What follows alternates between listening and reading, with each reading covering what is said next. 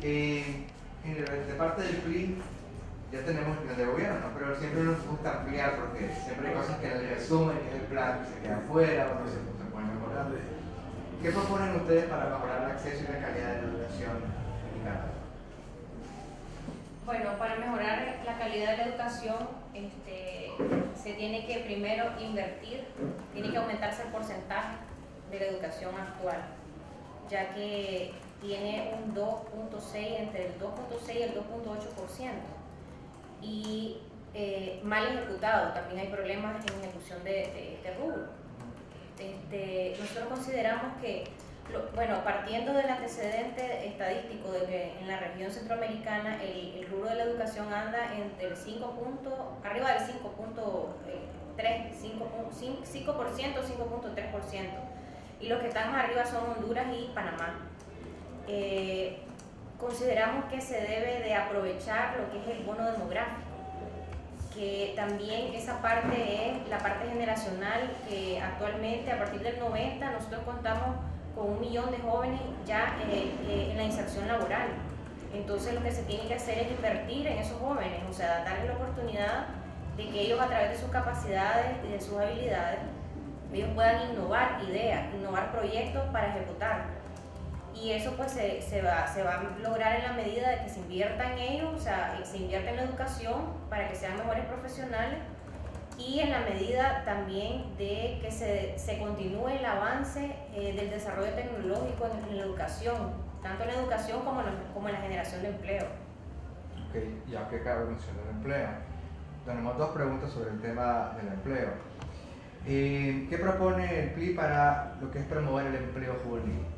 Bueno, parte de nosotros, para promover el empleo juvenil, hemos diseñado políticas en las cuales el recién egresado de las universidades no solo salga recién egresado de la universidad, sino que salga con un título, con un subtítulo ya de la universidad, con un posgrado específico, para que pueda tener mejor cotización dentro del mercado y que al mismo tiempo pueda integrarse con otros amigos, compañeros, y formar centros en los cuales puedan desarrollar sus propios empleos, su autoempleo se diría en este caso, y eso sería parte de esa gestión nuestra. Además, nosotros estamos muy interesados en crear centros tecnológicos en todo el país, para que la mayor parte de jóvenes que están en secundaria opten a ello y que puedan ir obteniendo poco a poco mayor calidad, como formándose ya en función de una carrera específica, y que esto más adelante les sirva para tener mejor cotización al mismo tiempo y poder estar mejor valorado en el mercado nacional e internacional. Okay.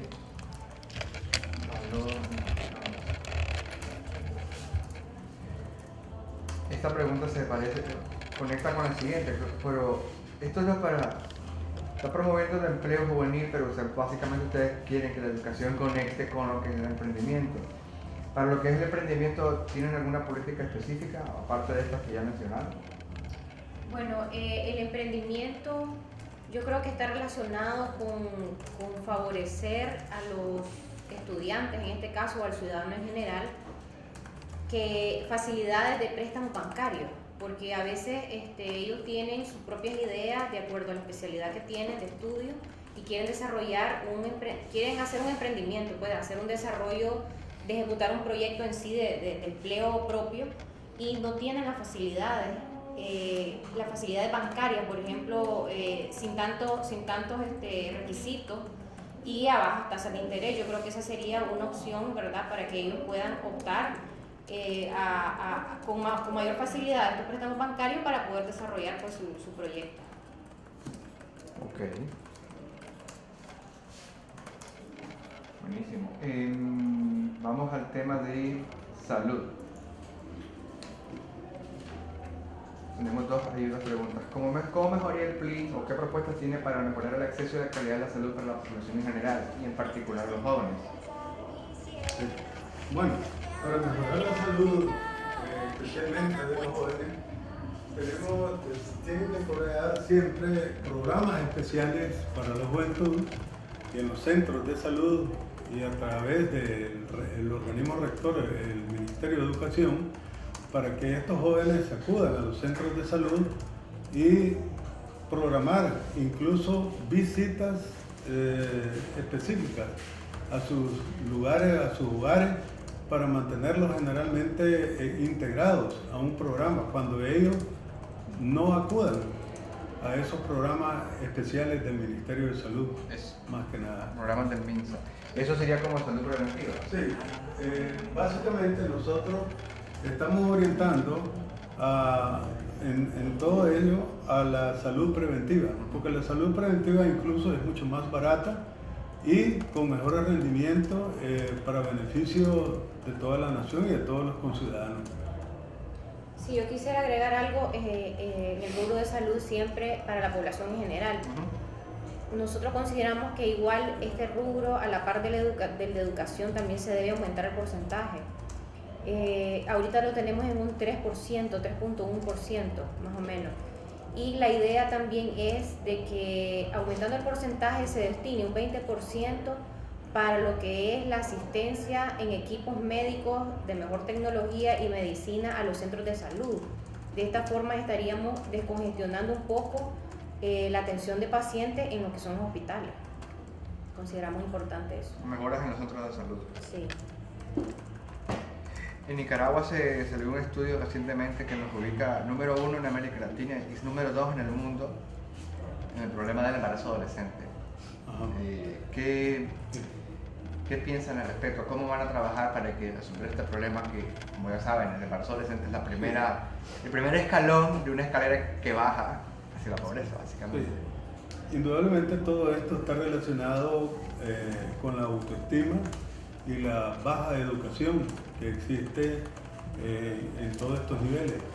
Entonces nosotros proponemos que para bajar esa incidencia de embarazadas existan programas especiales de educación orientados hacia esta población para que ellos incurran en menos errores y que puedan tener al mismo tiempo otros programas especiales como la diversión misma, tener programas especiales donde ellos también se puedan insertar en el aspecto de trabajo, un trabajo juvenil, que eso les ayudaría a ellos a no estar directamente relacionados en ese flagelo que indudablemente causa mucho daño a la nación, porque nosotros observamos una gran cantidad de niñas entre 12, 13, 14 años en los diferentes centros de salud que llegan embarazadas y en un embarazo irresponsable. No existe la responsabilidad de aquel que estuvo con ellas o ese futuro padre, y una ausencia tremenda de eso. Y entonces eso viene a ir creando un problema generacional en que unas niñas pues siempre están fijándose en ese hecho y posteriormente ellas a lo mejor puedan tomar ese rumbo, ese camino en el cual no les lleva ningún beneficio. ¿Ves? Así que más que nada es un asunto generacional y educacional más que nada. Y educacional.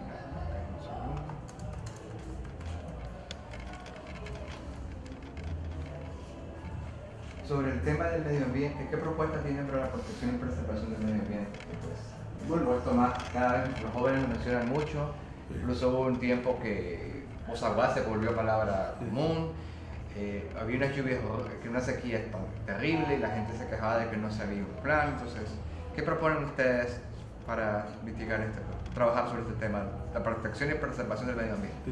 A medida que va avanzando este tiempo, vamos observando de que poco a poco la frontera de agrícola y ganadera se va extendiendo cada día más. Es cierto que son prácticas que se necesitan en la nación, pero indudablemente creo que necesitan ser más reguladas.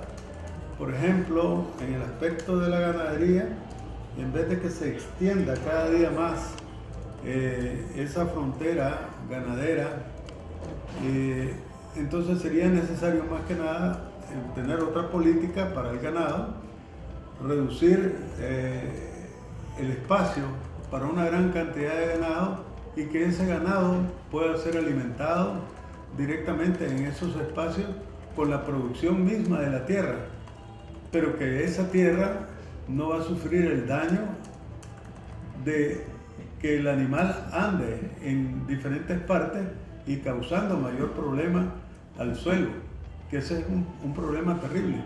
Entonces, que el campo sea más bien productor de alimentos específicamente para el ganado y que ese alimento se traslade a los lugares específicos donde está reducido el ganado, en concentraciones especiales, en corrales especiales, donde reciba su alimento, reciba mayor cantidad de alimentos, mejor alimentación, mejores vitaminas, mejores minerales, y así de esa manera vamos a tener un mejor daño a nuestro suelo.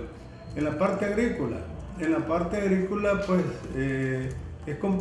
es menos el problema, dado que hay grandes expansiones, pero esas grandes expansiones son renovables completamente, generalmente, porque esa planta que se siembra generalmente está produciendo mayor cantidad de oxígeno y está beneficiando hasta cierto punto, no así el daño de la ganadería, que está produciendo esa cantidad de oxígeno para nosotros, pues porque nosotros somos consumidores de oxígeno. Nosotros indudablemente necesitamos parte de esa vida. Contribuye al mismo tiempo todo esto a que las fuentes de agua se mantengan un poco más beneficiadas al reducirse esa frontera ganadera y agrícola. La parte de los ríos se va a sentir un poco más beneficiada.